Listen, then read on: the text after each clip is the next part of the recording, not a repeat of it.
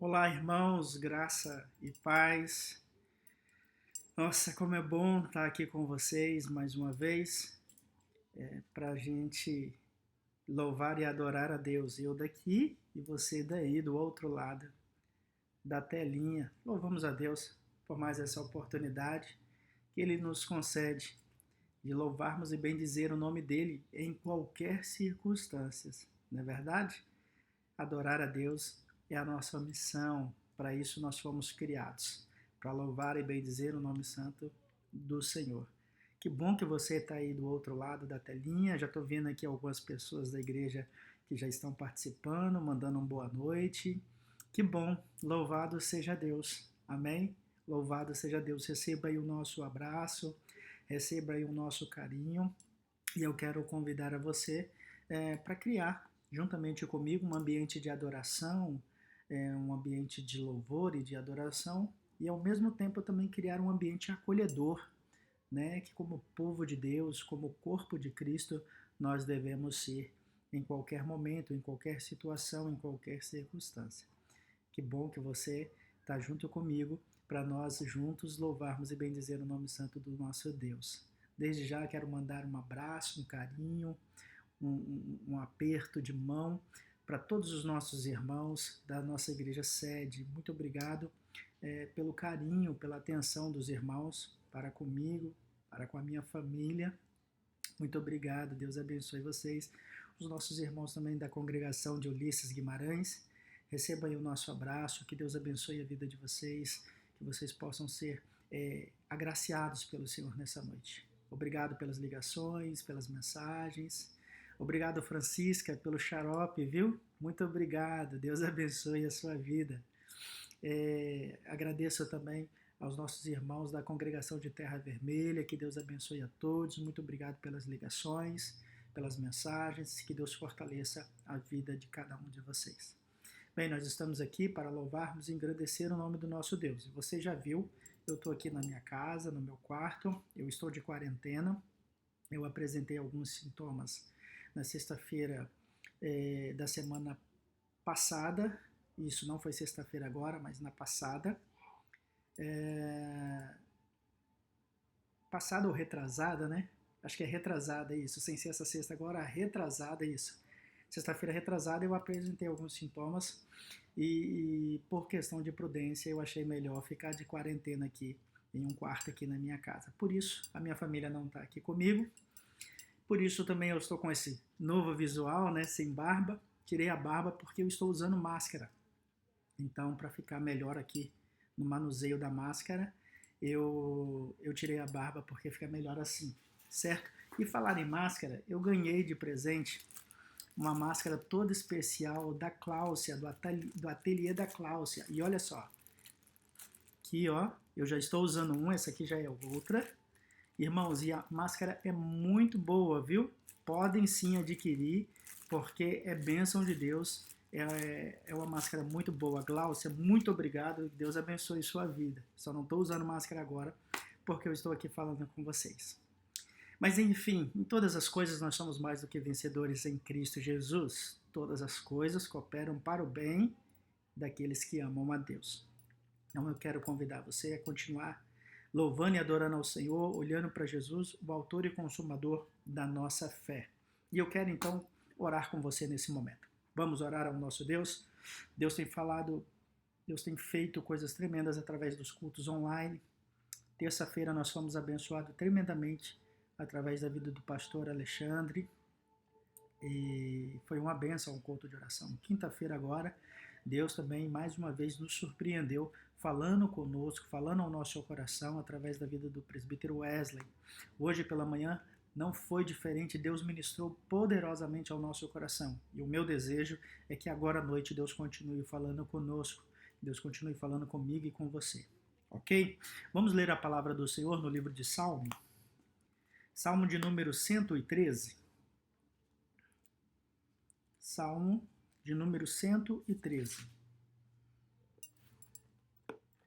É um salmo bem conhecido, é um salmo que tem por título assim: O Senhor, o maior e mais digno objeto de louvor. Vamos ler a palavra do nosso Deus. Diz assim: Aleluia! Louvai, servos do Senhor. Louvai o nome do Senhor. Bendito seja o nome do Senhor, agora e para sempre. Do nascimento do sol até ao ocaso. Louvado seja o nome do Senhor. Excelso é o Senhor, acima de todas as nações, e a sua glória acima dos céus. Quem há semelhante ao Senhor, nosso Deus, cujo trono está nas alturas, que se inclina para ver o que se passa no céu e sobre a terra? Ele ergue do pó o desvalido e do monturo o necessitado, para o assentar ao lado dos príncipes, sim, com os príncipes do seu povo. Faz que a mulher estéril viva em família e seja alegre mãe de filhos. Aleluia. Assim como este salmo nos diz que Jesus Cristo, ele é o nosso objeto de adoração e de louvor, eu quero convidar você a expressar toda a gratidão que você tem em seu coração, todo o louvor que você tem em seu coração, expressar Jesus Cristo nesse momento, nesse culto, que você possa ser abençoado e fortalecido pelo Senhor. Eu quero orar com você. Feche seus olhos, curve a sua cabeça. Pai, no nome de Jesus, nós rendemos graças ao teu santo nome, nós te louvamos e te exaltamos. Senhor, queremos nesse momento expressar o nosso louvor, a nossa adoração a ti. Pai, o mundo está de pernas para o ar. No entanto, a tua igreja segue confiante no Senhor, a tua igreja segue confiante no teu amor, na certeza de que o Senhor é soberano e está no controle de todas as coisas. Sim, ó Pai, nós descansamos na soberania do Senhor, nós descansamos e confiamos inteiramente no Senhor, pois o Senhor está conduzindo a história conforme lhe apraz. Por isso, ó Pai, queremos nesse momento, apesar das circunstâncias, apesar das dificuldades, queremos nesse momento ainda assim louvar e engrandecer o teu santo nome e dizer que Jesus Cristo é Rei, que reina hoje e reinará eternamente. Nós louvamos, nós exaltamos, ajude-nos, ó Deus, a termos uma fé edificante, uma fé centrada em Ti. Ajude-nos, ó Deus, a ter uma fé sem fingimento, sem hipocrisia, uma fé que descansa e que confia em Ti, não somente nos momentos bons, mas também nos momentos maus. Sim, ó Pai, nós oramos e pedimos a Tua bênção sobre nós, sobre esta família, sobre este irmão, essa irmã que está nos acompanhando agora, neste momento, neste culto online. Abençoe esta casa, este lar, esta família. Abençoe os irmãos, ó Pai, que estão enfermos, os irmãos que estão de quarentena, os irmãos que estão nos hospitais. Abençoe, ó Pai, os profissionais da área da saúde. Abençoe, ó Pai, os profissionais do comércio. Abençoe, ó Pai, o Teu povo de um modo em geral. Abençoe a todos, ó Pai, de uma maneira toda especial. Abençoe a cada um, ó Deus. Que seja fortalecido, que seja agraciado pelo Senhor nesta noite. É o que eu te peço e desde já te agradeço em nome de Jesus. Amém. Bem, eu quero convidar a você, como eu já disse no início, a cultuar a Deus juntamente comigo, certo? Este culto não é para você assistir, é para você participar. Então eu quero muito que você ore juntamente comigo, eu quero que você já pegue a sua Bíblia, deixe aí pertinho de você, ok? Crie um ambiente de adoração, pode ser na sala, na cozinha, no quarto, não importa o lugar. Mas crie um ambiente de louvor e de adoração aí na sua casa e no seu lar, porque você precisa cultuar a Deus, ok? Então não assista, mas participe cultuando ao nosso Senhor. E pensando em cultuar, pensando em participar, eu quero muito que você participe aí do outro lado. E hoje nós não vamos cantar com violão, eu não vou cantar aqui com a minha família, mas eu vou colocar aqui um karaokê. Ok? É isso mesmo, eu vou colocar aqui um karaokê, vai passar um playback e as letras da canção vai aparecer aí na sua tela. E eu quero muito que você vá cantando mediante as letras sendo passada. Eu quero que você acompanhe essa canção e que você cante aí no seu lar, que você adore aí no seu lar de todo o seu coração, expressando a sua gratidão e o seu louvor a Deus. Ok? Tá preparado?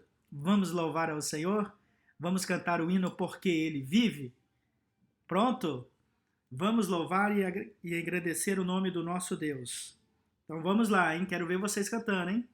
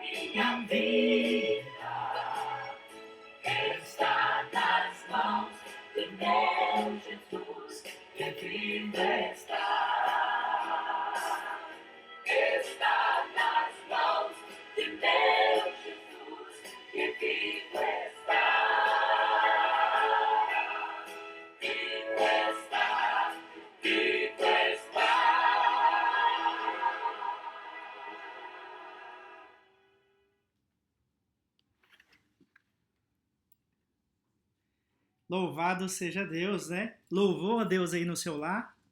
Você engrandeceu o nome santo do Senhor? Hein? Gostou? Escreve aqui, ó. Vou acompanhar vocês aqui, tá bom? Nos comentários, escreve aí o que, que você achou. A nossa intenção é que você louve a Deus aí no seu lar, que você glorifique e exalte o nome santo do Senhor, ok? Bem, agora nós vamos ouvir a palavra do Senhor. Deus tem uma palavra para nós e eu considero a palavra de hoje de suma importância para o momento atual que nós estamos atravessando, de pandemia, esse momento de isolamento, de afastamento social, enfim, muitas coisas estão acontecendo e nós precisamos ter uma posição fazer uma leitura mediante as Sagradas Escrituras, né? Termos uma cosmovisão bíblica acerca de tudo o que está acontecendo conosco e que tipo de resposta nós devemos dar, como que nós devemos agir. Então hoje nós vamos refletir na palavra do Senhor. Nós vamos hoje falar um pouco sobre a soberania de Deus e o sofrimento humano. É isso mesmo, nós vamos falar sobre a soberania de Deus e o sofrimento humano. Precisamos de refletir sobre isto, precisamos de pensar acerca disso, porque é de suma importância nós termos uma fé equilibrada e uma fé centrada em Jesus Cristo. Por isso eu quero convidar você a pegar a sua Bíblia, abra a sua Bíblia, por gentileza, no livro de Ruth, no Antigo Testamento, o livro de Ruth, capítulo de número 4, versículo de número 13 ao versículo de número 22. Ruth, capítulo de número 4, versículo de número 13 ao versículo de número 22. Nós vamos refletir e vamos abordar todo o livro de Ruth, são apenas 4 capítulos.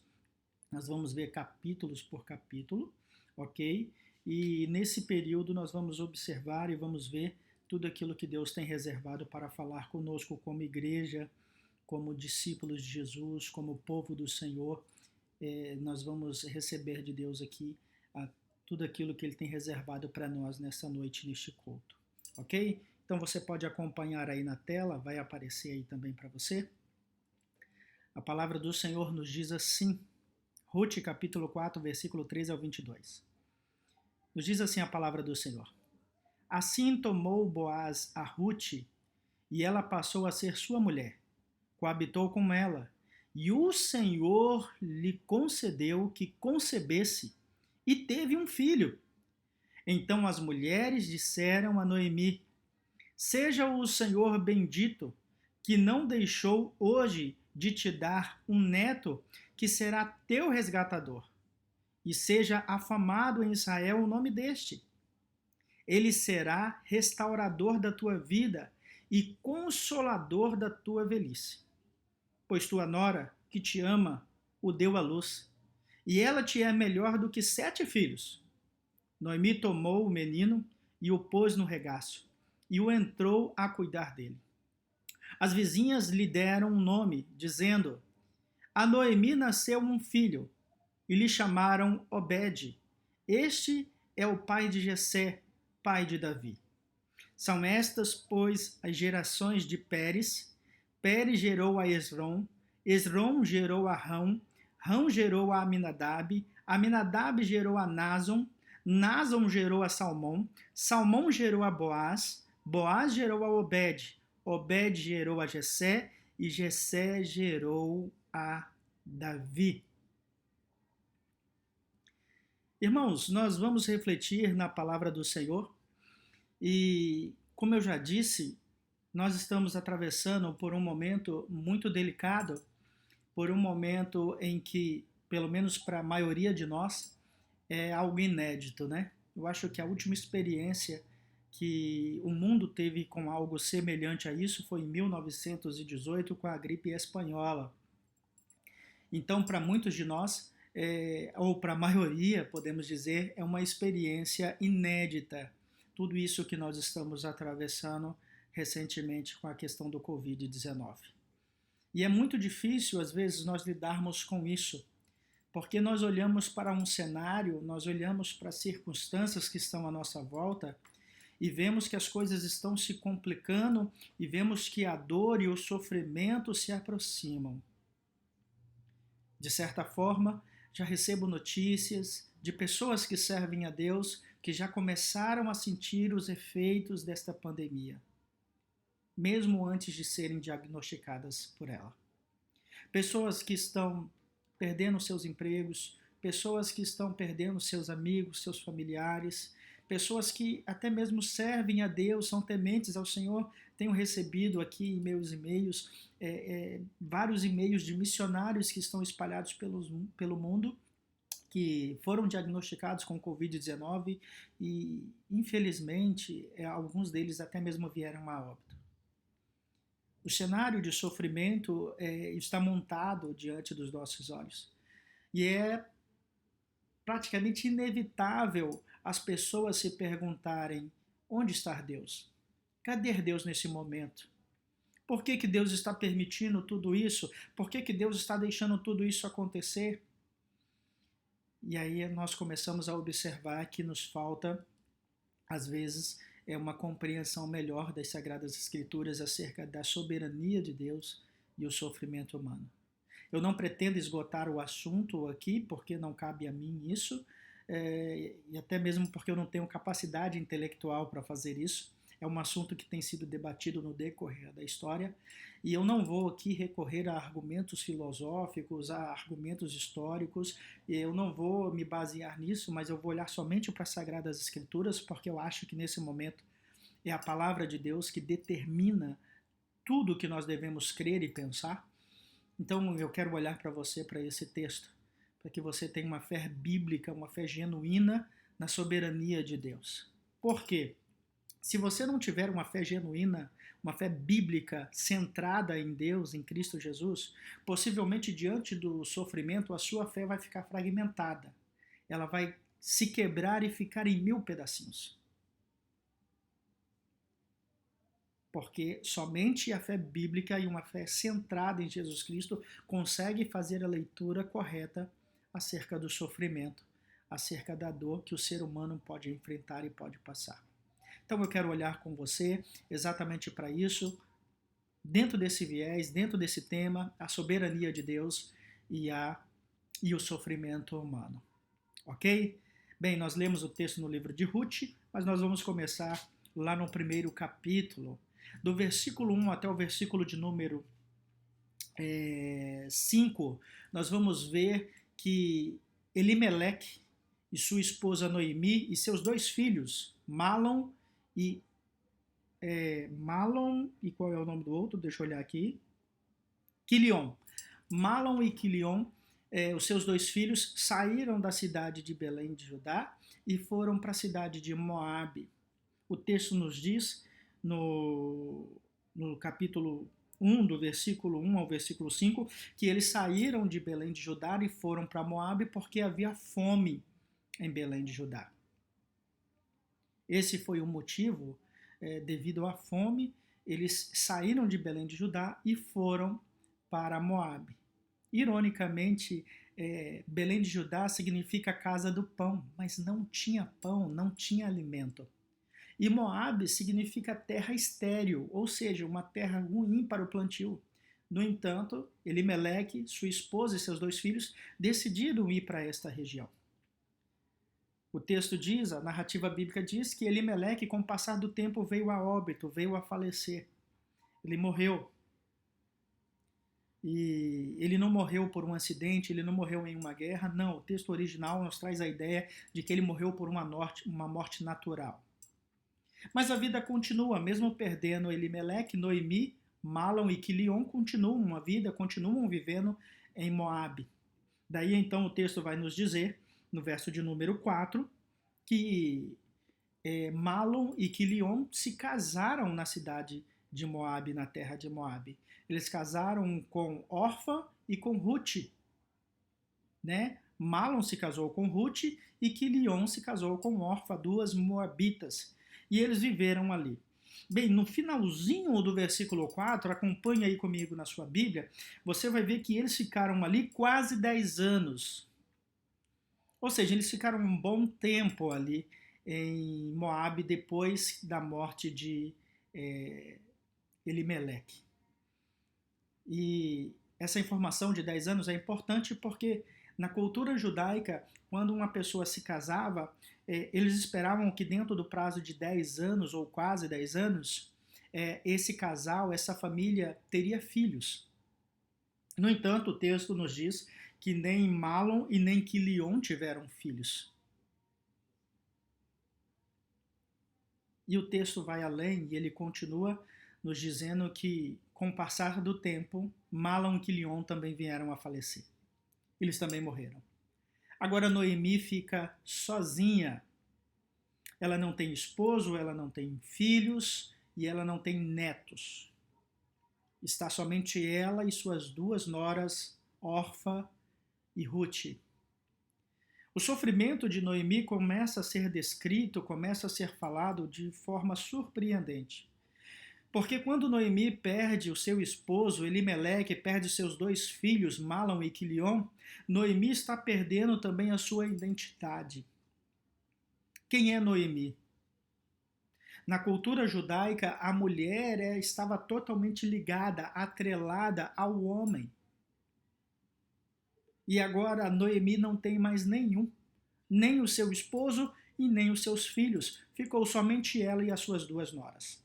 No versículo de número 6, Noemi ouve falar que Deus visitou novamente Judá, Belém de Judá, e agora Deus está concedendo pão novamente para aquela cidade. Deus está providenciando, Deus está agora concedendo mantimentos, alimentos para Belém de Judá. E ela decide então voltar para Belém de Judá. E aqui começa a história que as suas duas noras vão acompanhando ela. No entanto, Noemi coloca a mão na consciência e fala: não é justo que vocês vão comigo, minhas filhas, porque eu já sou uma mulher velha, eu não tenho mais filhos, eu não tenho condições de poder conceder vocês mais um filho para se casar com vocês, para que vocês possam ter uma família. E ela começa então a mostrar para suas noras que o mais sensato a se fazer é que as suas noras, Orfa e Ruth, voltassem para a terra de Moabe, voltassem para a terra de seus pais e ficassem lá e tentassem reconstruir a vida em Moabe. O texto diz, e aí então eu quero ler com você aqui do versículo 8 até o versículo de número 14, porque eu encontro aqui dois argumentos que mostram exatamente o sofrimento de Noemi. E você vai acompanhar comigo aí na sua Bíblia. Capítulo 1, versículo 8 até o versículo de número 10. Eu quero chamar esse argumento de um argumento emocional, um argumento emotivo. Né? As palavras de Noemi aqui estão carregadas de emoção. Veja comigo aí no versículo 8 até o versículo de número 10. Acompanhe na sua Bíblia. Disse Noemi: Ide, voltai cada uma à casa de sua mãe, e o Senhor use convosco de benevolência, como vós usastes com os que morreram e comigo. O Senhor vos dê que sejais felizes, cada uma em casa de seu marido. E as beijou. Elas, porém, choraram em voz alta e lhe disseram: Não, iremos contigo ao teu povo. Do versículo 8 até o versículo de número 10, eu vejo Noemi usando um argumento emotivo. As suas palavras estão carregadas de emoção e ela está agora querendo que suas noras voltem e tentem reconstruir as suas vidas na cidade de Moabe, na terra de Moabe. E ela faz isso realmente com o coração cheio de bondade, de esperança, e ela fala para essas mulheres, ela fala para cada uma delas, para que elas fala para que cada uma delas volte e tente reconstruir as suas vidas. E ela diz ainda mais, no verso de número 9, que o Senhor haja de benevolência com vocês da mesma forma como que vocês agiram com os que morreram e comigo. Que vocês sejam felizes. Noemi agora está abençoando Ruth e Orfa para que elas voltem e tentem reconstruir as suas vidas com a bênção do Deus de Israel. Isso é muito importante, porque aqui nós vemos o argumento emocional, e Noemi está abençoando as filhas, as suas noras, com a bênção do Deus de Israel. Lembrando que as noras de Noemi eram moabitas, e os moabitas adoravam outros deuses. Você observa no decorrer do texto que Deus está agindo de forma silenciosa. Deus está agindo de forma bem sutil durante todo o texto bíblico, durante todo o livro. Só que Orfa e Noemi não aceitaram e elas falaram: não, nós não voltaremos, nós vamos contigo até o teu povo. Aí Noemi, então, agora reforça o seu argumento, só que agora ela não vai falar de forma emotiva, ela não vai falar com as palavras cheias de emoção, mas ela vai falar agora de forma racional. E ela vai argumentar e mostrar para as suas noras, que não valem a pena elas irem para a cidade de Belém de Judá, juntamente acompanhando Noemi. Olha o que ela diz então do versículo 10, do versículo 11 até o versículo 14. Olha o que Noemi diz, acompanhe comigo aí na sua Bíblia. Diz assim: porém, Noemi disse: voltai, minhas filhas, por que ireis comigo? E agora ela vai dar os argumentos e mostrar por que elas não deviam acompanhar Noemi. Tenho eu ainda no ventre filhos para que vos possam ser por maridos? A resposta é não. Tornai, filhas minhas, ide-vos embora, porque eu sou velha demais para ter marido. Ainda quando eu dissesse, tenho esperança, ou ainda que esta noite tivesse marido e houvesse filhos, esperá-los-ei até que viessem a ser grandes? Abster-vos-ei de tomardes maridos? Não, filhas minhas. Noemi agora ela começa a trabalhar com as questões hipotéticas, pensando em uma hipótese. Caso isso aconteça, mesmo que eu encontre um marido, mesmo que eu tenha filhos, é impossível vocês terem um futuro me acompanhando. É impossível vocês terem um futuro voltando para Belém da Judéia juntamente comigo. Por isso eu estou liberando vocês para que vocês possam ainda trabalhar, correr atrás, viver, ter um esposo, ter um lar, ter uma família e assim ter esperança de um futuro melhor. Ela começa a apresentar aqui os argumentos, as premissas. Primeiro, ela é velha. Já sou de idade, já estou velha. Eu não posso ter filhos. Primeiro argumento. Ela também está mostrando aqui que ela já está perto da morte. Já não tem muitos anos pela frente. Terceiro argumento, mesmo que ela encontrasse um marido naquela noite, caso hipotético, uma possibilidade distante, impossível de acontecer. Mesmo que acontecesse isso e ela tivesse um filho, Orfa e Noemi não iriam esperar as crianças crescerem para poder se casar e não iriam se abster de terem marido nesse tempo, porque elas também iriam ficar mais velhas. Noemi mostra o seu argumento, o seu raciocínio lógico, que não vale a pena Orfa e Ruth acompanhá-la até a cidade de Belém de Judá. Mas Noemi faz mais do que isso, ela prepara todo o cenário para o clímax da sua afirmação. Por que que elas não deveriam acompanhar Noemi? E o clímax está no finalzinho do versículo 13. No finalzinho do versículo 13 está escrito assim, ó: porque por vossa causa a mim me amarga o ter o Senhor descarregado contra mim a sua mão. Vou ler de novo para você. Ela prepara todo o cenário, raciocínio lógico, e ela mostra que tudo aquilo que está acontecendo na vida dela, as coisas ruins, a perca do seu marido, a perca dos seus filhos, a falta de netos, tudo isso que estava acontecendo na vida de Noemi, ela atribui, em última instância, às mãos de Deus que está contra ela. E ela continua com esse argumento, porque quando ela chega na cidade de Belém de Judá, você vai acompanhar aí comigo agora no versículo de número 20, no capítulo 1 ainda, você vai ver Noemi dizendo bem assim, ó. Vamos ler do 19 até o 21. Diz assim, ó, capítulo 1. Então ambas se foram até que chegaram a Belém. Sucedeu que, ao chegarem ali, toda a cidade se comoveu por causa delas. E as mulheres diziam, não é esta Noemi? Porém, ela dizia, não me chameis Noemi, chamai-me Mara, porque grande amargura me tem dado o Todo-Poderoso. Vou repetir para você, grande amargura me tem dado o Todo-Poderoso. 21. Ditosa eu parti, porém o Senhor me fez voltar pobre.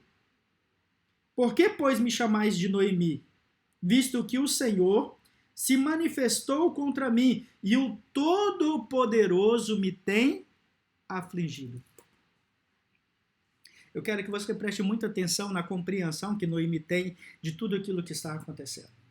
Noemi sabe que tudo aquilo que aconteceu com ela foi coisas ruins, não foram coisas boas. Ela perdeu o marido, ela perdeu os 2 filhos, ela não tem netos, uma nora já voltou, ela está somente com Ruth agora, que a acompanhou até o final, que ficou com ela.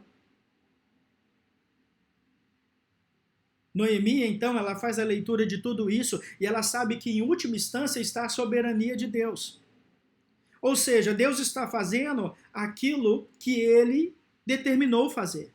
Deus está fazendo aquilo que ele desejou fazer. E que o sofrimento de Noemi não tirava Deus da soberania, não tirava Deus do trono. Pelo contrário, por mais que ela estivesse sofrendo, por mais que ela estivesse sendo afligida, Noemi sabia que tudo aquilo vinha de Deus, tudo aquilo era providência de Deus, tudo aquilo era o agir de Deus sobre a vida dela, sobre a vida da humanidade, sobre a vida de sua família. Noemi está aceitando aqui o sofrimento, não o sofrimento que vem do inimigo, não o sofrimento que vem do diabo, não o sofrimento que vem do homem, mas o sofrimento que o próprio Deus permite ela passar.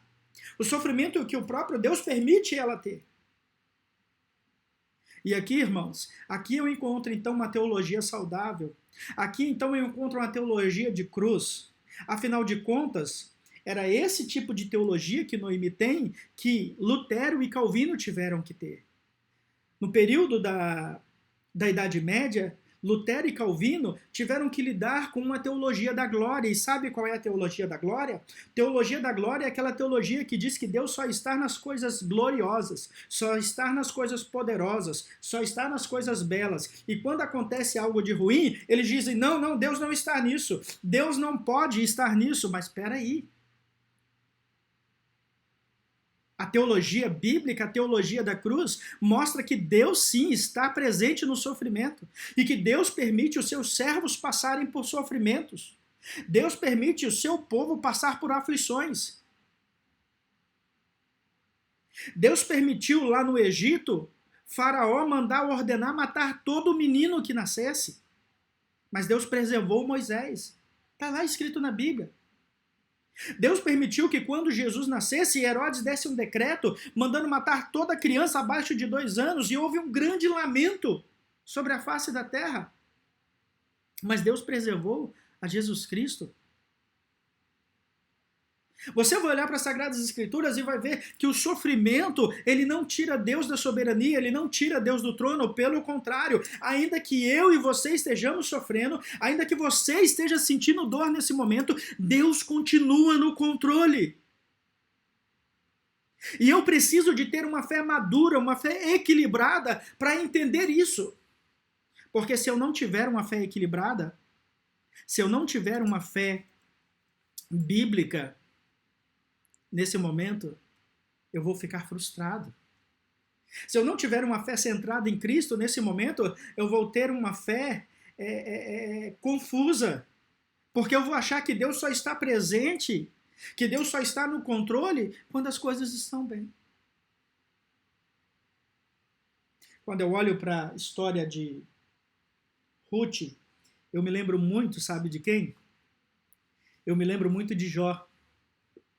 E eu acho que eu e você precisamos de ter uma fé bíblica, assim como a fé de Ruth e de Noemi, que enfrentaram o sofrimento, que enfrentaram a dor de cabeça erguida, sabendo que tudo provinha de Deus, sabendo que Deus estava no controle de todas as coisas. Olha o que Jó diz. Jó capítulo 1, versículo 20 e 21. Jó capítulo 1, versículo 20 e 21. Olha o que a Bíblia diz. Vou ler até o 22. Do 20 ao 22. Olha só o que a Bíblia diz. Então Jó se levantou, rasgou o seu manto, raspou a sua cabeça e lançou-se em terra e adorou. É isso mesmo? Na hora da dor, do sofrimento, Jó adorou? É isso mesmo. É isso mesmo. Mas o texto não para por aí. Versículo 21. E disse, nu saí do ventre de minha mãe, e nu voltarei. O Senhor o deu e o Senhor o tomou. Bendito seja o nome do Senhor. Em tudo isso, Jó não pecou, nem atribuiu a Deus falta alguma. Deus o deu, Deus o tomou. Bendito seja o nome do Senhor. É esse tipo de fé que nós devemos ter agora, neste momento. É essa fé que olha para Deus, apesar de estarmos sofrendo, apesar de estarmos sentindo dor, apesar de coisas ruins estarem acontecendo no mundo, nós precisamos de ter a confiança e a certeza que Deus está soberanamente agindo e governando a história da humanidade. Isso é fé equilibrada. Isso é fé bíblica. É exatamente isso. Quando eu olho para a história de Noemi, eu vejo uma tragédia. Noemi perdeu tudo. Estava perdendo a sua identidade. Ela não tinha esposo, não tinha filhos, não tinha neto. Ela perde agora toda a proteção, humanamente falando. E fica exposta em sua velhice a qualquer coisa que poderia acontecer com ela. Pensando em tudo isso, eu fiz essa anotação no momento que estava estudando esse texto. E olhando para a vida de Noemi, para a história de Noemi, eu entendo que não conseguimos explicar os acontecimentos que sucederam. Acompanhe aí na tela. Não conseguimos explicar os acontecimentos que sucederam na vida e na família de Noemi como outra coisa senão tragédia. Realmente foi uma tragédia. Noemi sofreu. No entanto, ela sabe que o sofrimento que ela está sentindo, o sofrimento que ela está passando, em última instância, vem do próprio Deus. É o próprio Deus que permite nós passarmos por sofrimento. E nós tivemos uma aula maravilhosa quinta-feira, que mostrou que a provação, que produz o sofrimento, que produz a perseverança, sim, a provação, ela prova a nossa fé. Ela prova a nossa fé. E eu concordo com C.S. Lewis quando ele diz: somente um risco de fato, e um risco real e verdadeiro pode de fato provar uma fé real e verdadeira. A fé do povo de Deus, a fé dos discípulos de Jesus, agora está sendo provada. E é muito bom eu e você falarmos que temos fé, que usamos a fé para dizer que Deus vai curar, que Deus vai fazer, que a porta vai se abrir. Entenda, não estou dizendo que isso é errado. É muito bom nós usarmos a fé para isso. Mas nós esquecemos de olhar o outro lado da moeda, porque a fé não é somente para decretar, somente para pedir, somente para clamar por benefícios. Porque essa fé, ela é um pouco interesseira. Eu tenho fé para receber algo para mim. A pergunta é, você tem fé para enfrentar e atravessar os problemas da vida, o sofrimento, a dor? Você tem fé para isso?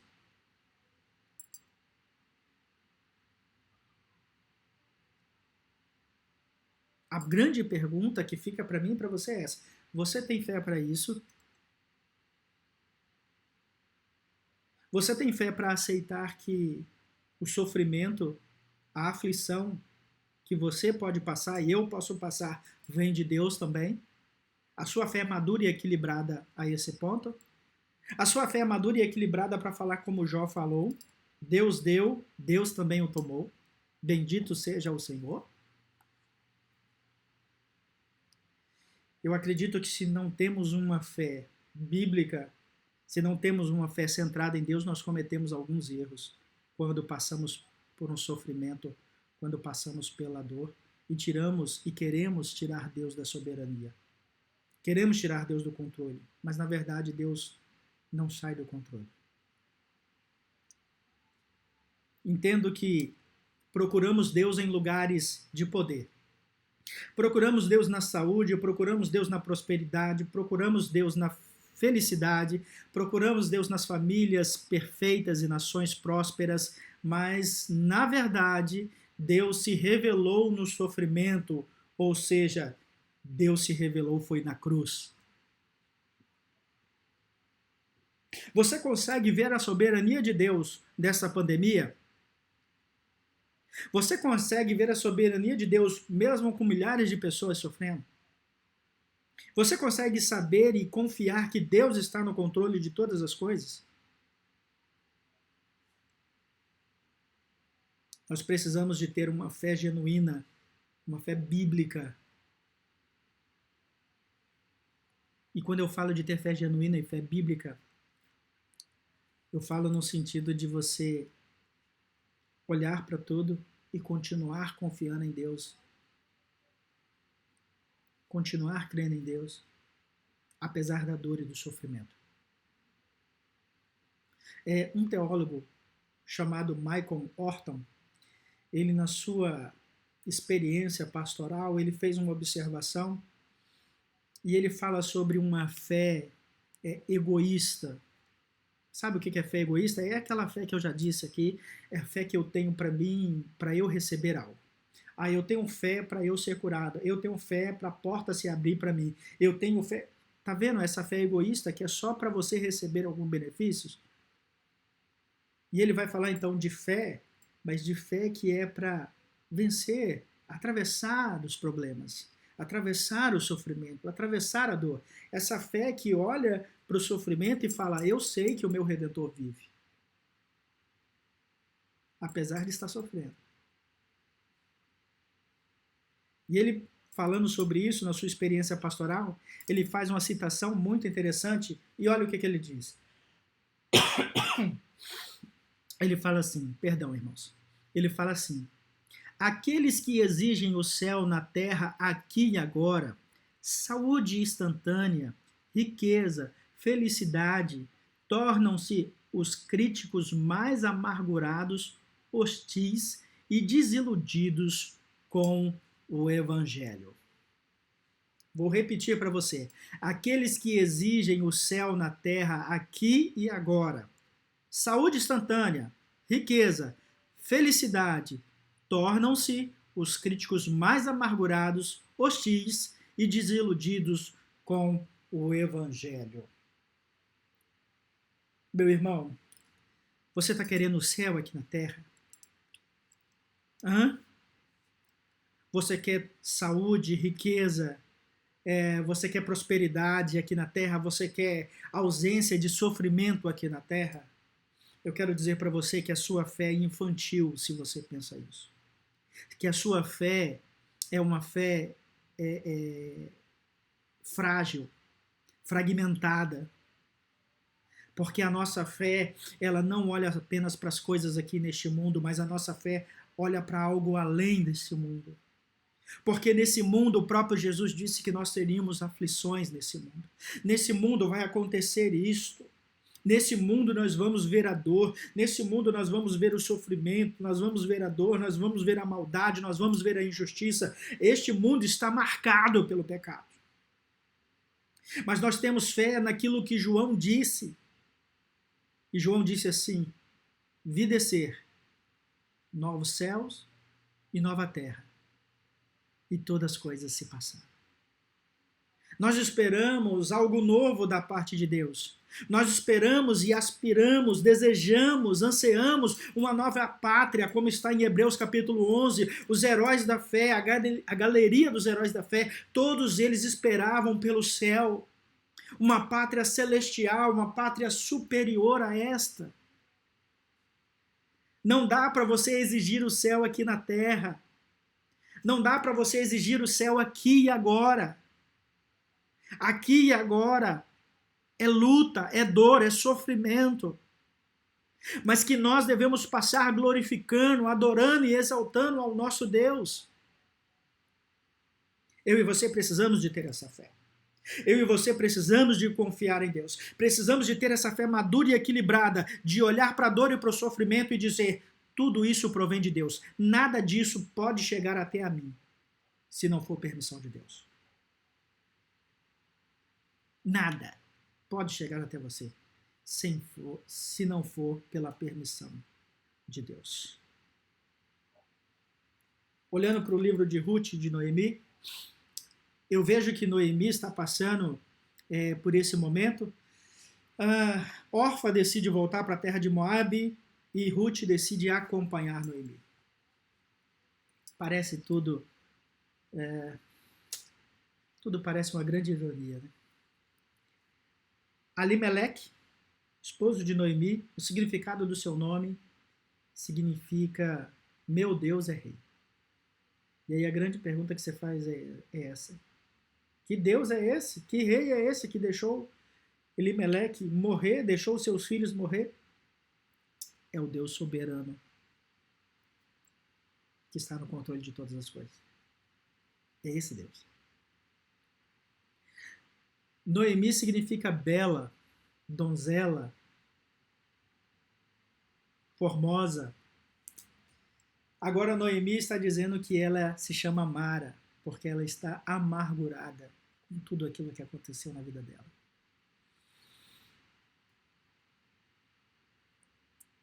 Você olha para tudo isso e você fala, cadê Deus? Deus está presente. Deus está no controle de todas as coisas. A Bíblia diz que quando Ruth e Noemi e Ruth voltam para Belém da Judéia, elas encontram um homem chamado Boaz, e o nome Boaz significa rápido, ligeiro. Elas encontram Boaz, um homem piedoso, um homem temente a Deus. Boaz, quando ele encontra os seus servos, ele já decreta a bênção do Senhor, ele já fala da bênção do Senhor, ele já declara a bênção do Senhor sobre a vida dos seus funcionários. Você já percebe pela saudação que Boaz faz aos seus empregados. Um homem piedoso, um homem digno, um homem fiel, um homem temente a Deus. E ele recebe, então, na sua lavoura, recebe a Ruth e permite que Ruth fique catando ali algumas espigas de cevada para poder se alimentar e para poder alimentar a sua sogra Noemi. Boaz, então, permite que ela fique ali, permite que ela seja tratada como uma das suas servas, e Ruth encontra ali abrigo, acolhimento, Ruth encontra ali proteção. Conversando com Ruth, Boaz ele também declara a bênção do Senhor sobre a vida de Ruth. Acompanhe aí no capítulo 2, do versículo 12. Capítulo 2, versículo 12 diz assim: O Senhor retribua o teu feito, e seja cumprida a tua recompensa do Senhor, Deus de Israel, sobre cujas asas vieste buscar refúgio. Isso é exatamente o que Boaz fala para Ruth. Ele declara que a bênção do Senhor, que o Senhor Deus venha retribuir a fidelidade, o amor que Ruth tem para com Noemi, e que ela venha encontrar o refúgio debaixo das asas do Deus de Israel. Ruth e Noemi são abençoadas, são fortalecidas pelo Senhor. E aí, então, Ruth encontra em Boaz o abrigo, a proteção, o cuidado. Boaz era o parente mais próximo, então Boaz se torna aqui o resgatador de Ruth e de Noemi. E é exatamente isso que acontece. Boaz vai lá, conversa com outro parente mais próximo e se torna oficialmente, com testemunhas à porta da cidade, se torna oficialmente o resgatador de Ruth e de Noemi. Deus começa a mudar o quadro, Deus começa a mudar a história. Noemi que estava sem esperança, Noemi que estava sem proteção, Noemi que estava sem identidade, agora ela tem um resgatador, e o seu resgatador se chama Boaz, que significa rápido. Rápido. Não é diferente, irmãos, quando nós olhamos para o texto bíblico, não é diferente quando nós olhamos para as Sagradas Escrituras, que Deus está sempre agindo, Deus está sempre movendo céus e terras para cumprir o seu propósito na vida dos seus filhos e das suas filhas. E aqui nós encontramos mais uma vez nós encontramos Deus agindo em favor de Noemi, Deus agindo em favor de Ruth. Olha o que Noemi vai dizer acerca de Boaz. Capítulo 2, versículo 20. Então Noemi disse à sua nora: Bendito seja ele do Senhor, que ainda não te tem deixado a sua benevolência, nem para com os vivos, nem para com os mortos. Disse-lhe mais Noemi: Este homem é nosso parente chegado, um dentre os nossos resgatadores. Deus estava agindo através da vida de Boaz para resgatar Ruth e Noemi. E aí eu quero que você olhe novamente para o texto que nós lemos na pregação, que é o capítulo 4, do versículo 13. Acompanhe comigo aí na sua tela. Assim tomou Boaz a Ruth, e ela passou a ser sua mulher, coabitou com ele. Preste muita atenção agora. E o Senhor lhe concedeu que concebesse e teve um filho. Opa, peraí, o que isso quer nos dizer? Lembra que no início do capítulo 1, no versículo 3 e 4, nós vemos que os filhos de Noemi ficaram casados e ficaram lá em Moabe por volta de quase 10 anos e nenhum deles tiveram filhos? Agora, olha o que o texto está dizendo no versículo de número 13. E o Senhor lhe concedeu que concebesse e teve um filho. Deus agora estava dando um filho para Ruth. A linhagem de Noemi, que estava pronta para desaparecer da história bíblica, pronta para desaparecer da narrativa bíblica, agora é resgatada por um filho que Deus concede a Boaz e a Ruth. É Deus que concede este filho. E olha que interessante, esse filho, as mulheres disseram assim para Noemi no versículo de número 14. Esse filho mudou a história de Noemi, a história de Ruth.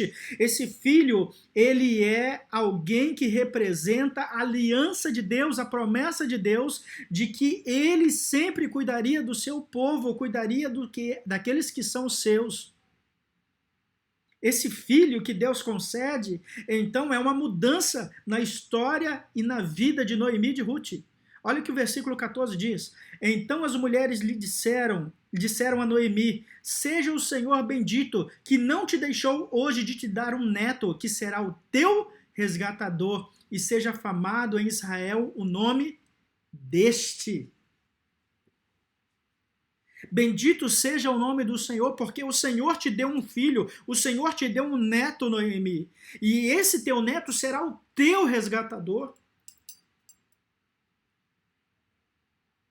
Noemi, que estava sem esperança, que não tinha mais netos, que não tinha mais familiares, agora ela é resgatada por Boaz, e além de ser resgatada por Boaz, ela é abençoada por Deus com um neto que Deus concede à sua nora, Ruth.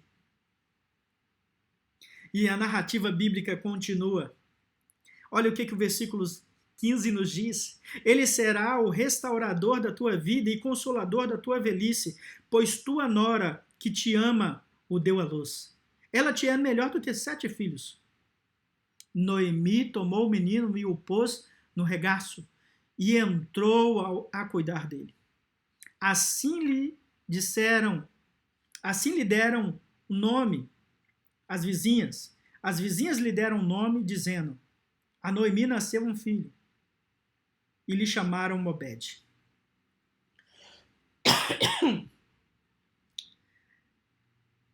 A criança que nasceria seria o resgatador e o consolador de Noemi. Aquela mulher que estava passando por aquele sofrimento enorme, aquela mulher que estava sem proteção, sem cuidado, aquela mulher que estava sem identidade, agora ela recebe um neto e esse neto tem a missão de ser o resgatador, esse neto tem a missão de ser o consolador de sua vida e de sua velhice. E é interessante que o texto diz no versículo 15, no versículo 17, que quem dá o nome para essa criança não é Boaz, quem dá o nome para essa criança não é Ruth, quem dá o nome para essa criança não é Noemi, quem dá o nome para essa criança são as vizinhas. Acompanhe aí comigo no versículo 17. As vizinhas lhe deram um nome dizendo: a Noemi nasceu um filho, e lhe chamaram Obed. Interessante esse nome, né? Interessante porque ele recebe esse nome, Obed, a missão dele é consolar, a missão dele é resgatar Noemi e Ruth de toda aquela situação, de todo aquele sofrimento, e as vizinhas lhe dão esse nome. O nome Obed significa servo. Servo. Obed significa servo. E é interessante que alguém que recebe o nome de servo vem resgatar Noemi, vem resgatar Ruth, vem resgatar a sua genealogia, vem resgatar a sua descendência, vem resgatar a história e olhando para um amplo, de um modo amplo, vem resgatar a promessa, vem resgatar a aliança que Deus tem com o seu povo, que fica em uma linha fina nessa história, mas Deus vem e fortalece, Deus vem e conduz, Deus vem e restaura de uma forma gloriosa e poderosa, mostrando que Ele é soberano, que Ele está acima de tudo e de todos. Ele concede um neto que vai ser chamado de Obed, o servo. É interessante porque o servo na Bíblia Sagrada, no Antigo Testamento, o servo sempre tem um adjetivo. E no livro de Isaías, o servo ganha um adjetivo que é muito interessante, que tem tudo a ver com o nosso tema, a soberania de Deus e o sofrimento humano. No livro do profeta Isaías, do capítulo 40 até o capítulo 53, o servo se apresenta como servo sofredor. O servo se apresenta como servo sofredor, aquele que vai resgatar e aquele que vai consolar Noemi, que vai consolar Ruth, que vai consolar a mim, que vai consolar a você, é o servo sofredor que aparece em Isaías, do capítulo 40 até o capítulo 53. O servo Jesus Cristo, aquele que sofreu na cruz por mim e por você, aquele que tomou sobre si os nossos pecados, aquele que tomou sobre si as nossas iniquidades, o castigo que nos traz a paz estava sobre ele.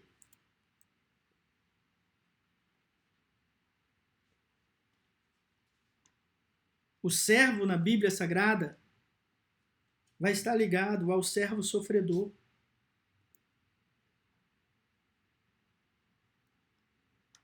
Servo sofredor. Deus enviou Jesus Cristo para sofrer em meu e em seu lugar. E o sofrimento que nós passamos hoje, Deus compreende, Deus entende.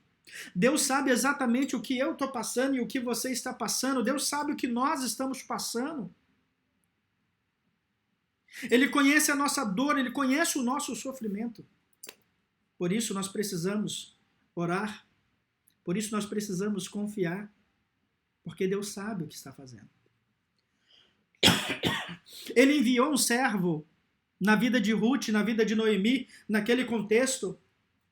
Mas ele enviou um servo para a humanidade. Isaías capítulo 53. Quem creu na nossa pregação e a quem foi revelado o braço do Senhor. Porque foi subindo como renovo perante ele, como raiz de uma terra seca. Não tinha aparência nem formosura. Olhámo-lo, mas nenhuma beleza havia nele nos que agradar.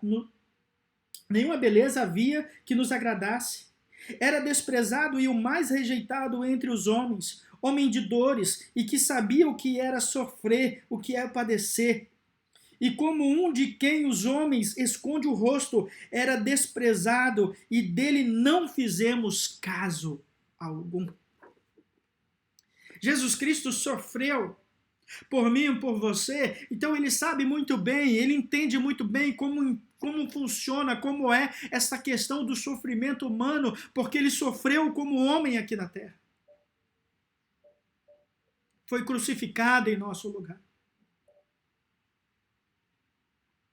Isso traz paz ao meu coração, porque apesar do sofrimento humano, eu sei que Deus está assentado num trono, conduzindo, governando soberanamente todas as coisas. O coronavírus não pode tirar Deus do trono. As mortes que estão acontecendo não podem tirar Deus do trono. O isolamento que eu estou tendo que passar aqui na minha casa, dentro desse quarto, não pode tirar Deus do trono. Deus continua agindo e governando soberanamente todas as coisas. Ele governa a minha vida e Ele governa a sua vida. E nós precisamos de ter fé para aceitar quando o sofrimento vem. Nós precisamos de ter fé para aceitar quando estamos sentindo dor, mas entendermos que tudo provém e vem da mão de Deus e que todas as coisas cooperam para o bem daqueles que amam a Deus. O servo sofredor traz resultado. O texto continua: certamente ele tomou sobre si as nossas enfermidades e as nossas dores, levou sobre si, e nós o repudiarmos por aflito, ferido de Deus e oprimido. Mas ele foi transpassado pelas nossas transgressões e moídos pelas nossas iniquidades. O castigo que nos traz a paz estava sobre ele, e pelas suas pisaduras nós fomos sarados. Todos nós andávamos desgarrados como ovelhas, cada um se desviava pelo caminho, mas o Senhor fez cair sobre ele a iniquidade de todos nós. Ele foi oprimido e humilhado, mas não abriu a sua boca, como o cordeiro foi levado ao matadouro, e como ovelha muda perante os seus tosquiadores. Ele não abriu a boca. Por juízo, o opressor foi arrebatado de sua língua, e de sua linhagem, quem dela cogitou. Porquanto foi cortado da terra dos viventes, por causa da transgressão do meu povo, foi ele ferido. Versículo de número 10. Todavia ao Senhor agradou moê-lo, fazendo-lo enfermar, quando der ele a sua alma como oferta pelo pecado. Verá a sua posteridade e prolongará os seus dias, e a vontade do Senhor prosperará nas suas mãos. Versículo 11. Ele verá o fruto do penoso trabalho de sua alma e ficará satisfeito. O meu servo, o justo, com o seu conhecimento justificará a muitos, porque as iniquidades deles levará sobre si. Deus conhece muito bem o sofrimento, Deus sabe da dinâmica do sofrimento, Deus sabe de tudo o que acontece. E Ele continua soberano. Ruth e Noemi enfrentaram isso. E interessante, um detalhe muito importante, que o autor do livro de Ruth deixou para mim e para você. No livro de Ruth, Deus está sempre mostrando a sua aliança, a aliança que ele tem com o seu povo. E nesse caso, Deus tinha uma aliança com Ruth, Deus tinha uma aliança com Noemi, Deus tinha uma aliança com Boaz, Deus tinha uma aliança com Obed. A palavra Hesed, no hebraico, é uma palavra que é usada para falar do amor leal, da lealdade de Deus, do amor infalível de Deus. É um amor leal, é um amor delicado, é um amor bondoso, usado frequentemente para falar do amor de Deus com relação à sua aliança, a aliança que ele tem com o seu povo. Quando você estuda o livro de Ruth, você vai ver a palavra Hesed, que é usada na aliança de Deus, na aliança que Deus tem com o seu povo, da fidelidade de Deus, da fidelidade do amor de Deus. Você vai encontrar essa palavra, a raiz dessa palavra, em algumas passagens e alguns versículos. Você vai encontrar essa palavra em Ruth, capítulo 1, versículo 8, quando ela diz: o Senhor use convosco de benevolência. A palavra benevolência aí é amor leal. Que o Senhor use convosco do seu amor leal, dessa lealdade que você tem comigo, dessa lealdade que vocês tiveram comigo, que Deus venha ter o seu amor leal a vocês. Esse amor que faz parte da aliança. Ruth, Noemi estão entendendo exatamente e compreendendo exatamente que a lealdade de Deus para com seu povo não falha. Depois, no capítulo 2, versículo 20, ele vai dizer assim: ainda que não tenha deixado a sua benevolência nem para com os vivos, nem para com os mortos. Noemi está falando isso de Boaz. E ela vai falar aqui benevolência, e ela vai falar novamente de fidelidade. Falando que Boaz estava sendo fiel à sua família, à sua missão de resgatador da família de Elimeleque. Fidelidade, amor leal, fidelidade. Depois em Rute, capítulo 3, versículo 10. Bendita seja tu do Senhor, minha filha. Melhor fizeste a tua última benevolência que a primeira. Boaz falando para Rute, dizendo que essa benevolência, esse amor leal, a decisão que Rute tomou tinha sido melhor a última do que a primeira. Reset, o amor leal de Deus, está presente no livro de Noemi e de Ruth. Está presente nesse livro, nessa história que é marcada por sofrimento, mas também é marcada pelo agir de Deus. É marcada pela soberania de Deus. E eu não duvido que a nossa vida, a nossa família, a nossa história, a história da humanidade será marcada pela soberania de Deus. Ele continua no controle de todas as coisas. Ele continua governando e agindo sobre todas as coisas. Deus tem um propósito com essa pandemia. Deus tem um propósito com esse isolamento. Sim, Deus está nos humilhando. Deus está nos colocando de joelhos dobrados diante dele para entendermos que quem governa todas as coisas não é o presidente dos Estados Unidos, não é o presidente do Brasil, não é a Secretaria de Saúde, não é o governo, não é a política, não é o exército, não é nada disso. Quem governa todas as coisas é Deus. E é isso que ele está nos ensinando. Por isso eu quero orar com você, meu irmão. Eu quero orar com você, minha irmã. Para que você tenha uma fé equilibrada, uma fé bíblica, uma fé centrada em Jesus Cristo. Para dizer assim como Jó, Deus o deu, Deus o tomou, bendito seja o Senhor, em qualquer circunstância, em qualquer momento. Que você use a sua fé para atravessar esse momento difícil, que você use a sua fé para atravessar esse momento complicado. E que a sua fé seja focada em Cristo, seja centrada nas Sagradas Escrituras. Eu quero orar por você. E eu quero dizer que Deus ele continua sendo soberano, mesmo que eu e você viemos a sofrer. Vamos orar? Pai, no nome de Jesus, nós rendemos graças ao teu santo nome, nós te louvamos e te exaltamos. Obrigado, Senhor, pela tua palavra. Obrigado, Senhor, porque todas as coisas cooperam para o bem daqueles que amam ao Senhor. Por isso nós descansamos em tua presença, confiamos no Senhor e pedimos ao Senhor que venha nos abençoar e nos fortalecer. Abençoe e fale com cada um de uma maneira toda especial. Senhor, abençoe as famílias, os irmãos que estão enfermos, que estão acamados. Abençoe os irmãos que estão desempregados, Senhor. Senhor, Pai, dê força e dê fé. Fé bíblica e genuína, centrada em Ti, ó Pai, para passarem por qualquer adversidade, para enfrentarem qualquer tipo de problema. Que o Senhor venha fortalecer a Tua igreja e fortalecer o Teu povo. Tome em Tuas mãos, Senhor, a família do Guimarães, ó Pai. Toma em tuas mãos a família da Ellen, do Robson, Senhor. Toma em tuas mãos a família do Júnior, da Igreja da Glória, Senhor. Toma em tuas mãos as demais famílias, tantas pessoas pedindo e clamando, pedindo oração, ó Pai. Nós não podemos citar o nome de todos, mas o Senhor conhece a cada um e sabe que todos precisam da tua graça e do teu amor. Abençoe, ó Deus, de uma maneira toda especial. Abençoe essa família, esse irmão que está me ouvindo agora. Quem sabe essa palavra confrontou, ó Pai amado, o que ele pensava, o que ele acreditava, mas que essa palavra possa produzir, Senhor, enraizamento, Senhor. Que possa produzir força, que esse irmão não venha ficar frustrado diante das adversidades da vida com uma fé frágil, mas que a fé dele venha estar centrada e fortalecida no Senhor.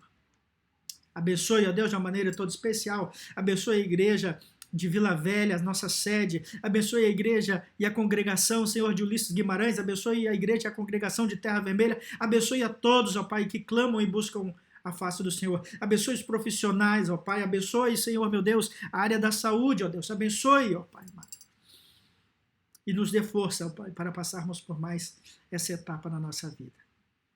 Continue fortalecendo, continue nos agraciando com a tua presença, ó Pai. No nome de Jesus é o que nós te pedimos e te agradecemos. Amém.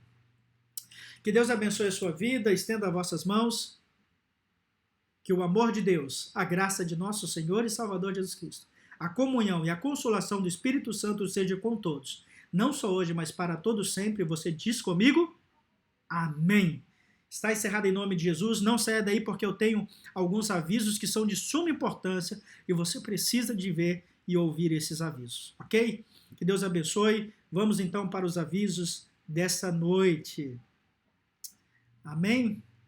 Irmãos, estamos aí com esses avisos e o primeiro aviso que eu quero falar, que eu quero dar, não é apenas um aviso, mas é uma palavra pastoral para você.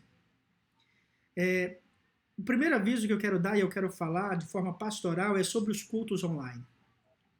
Você pode ver cultos de outras denominações? Pode.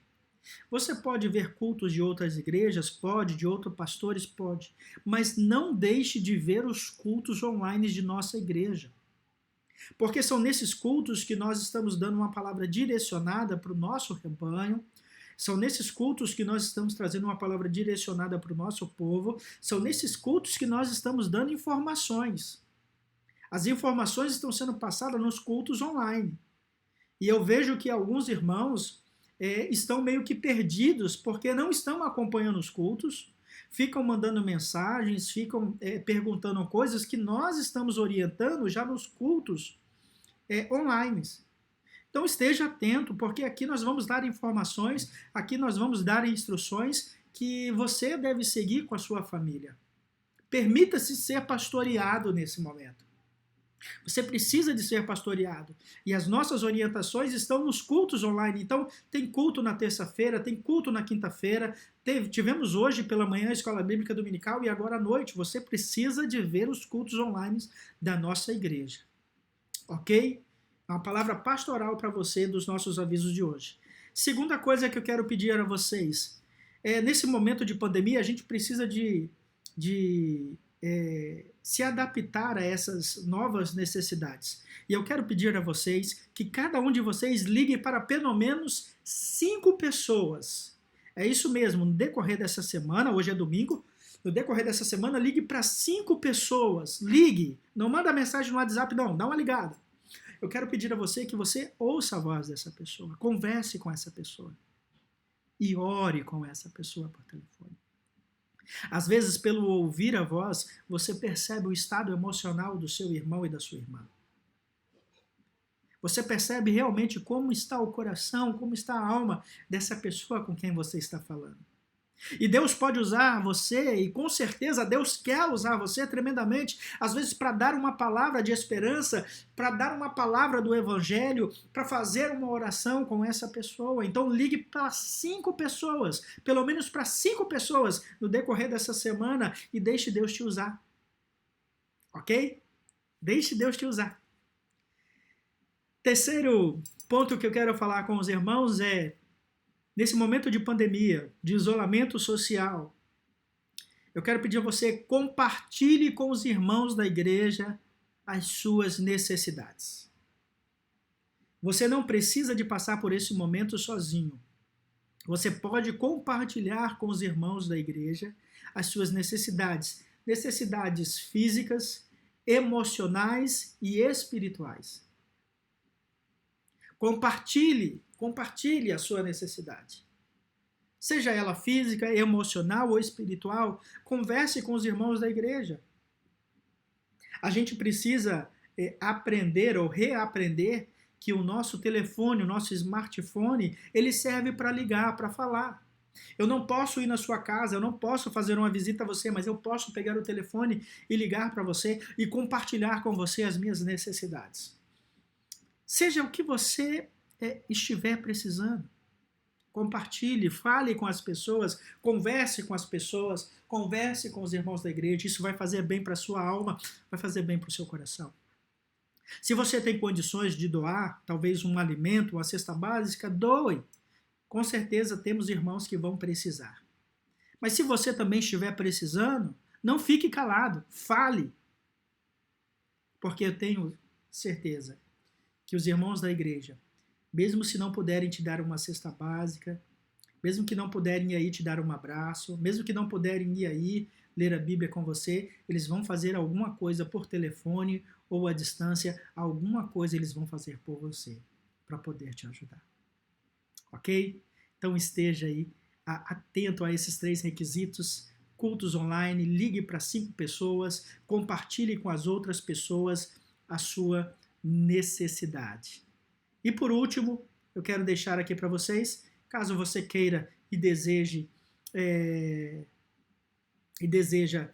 fazer o seu depósito do dízimo ou da oferta, temos aí essas contas que estão disponíveis para os irmãos fazerem, ok? Temos a plena certeza que Deus vai cuidar de todos, que Deus vai proteger a todos, que Deus vai agir na vida de todos, conforme a sua soberana vontade, como foi pregado nessa noite.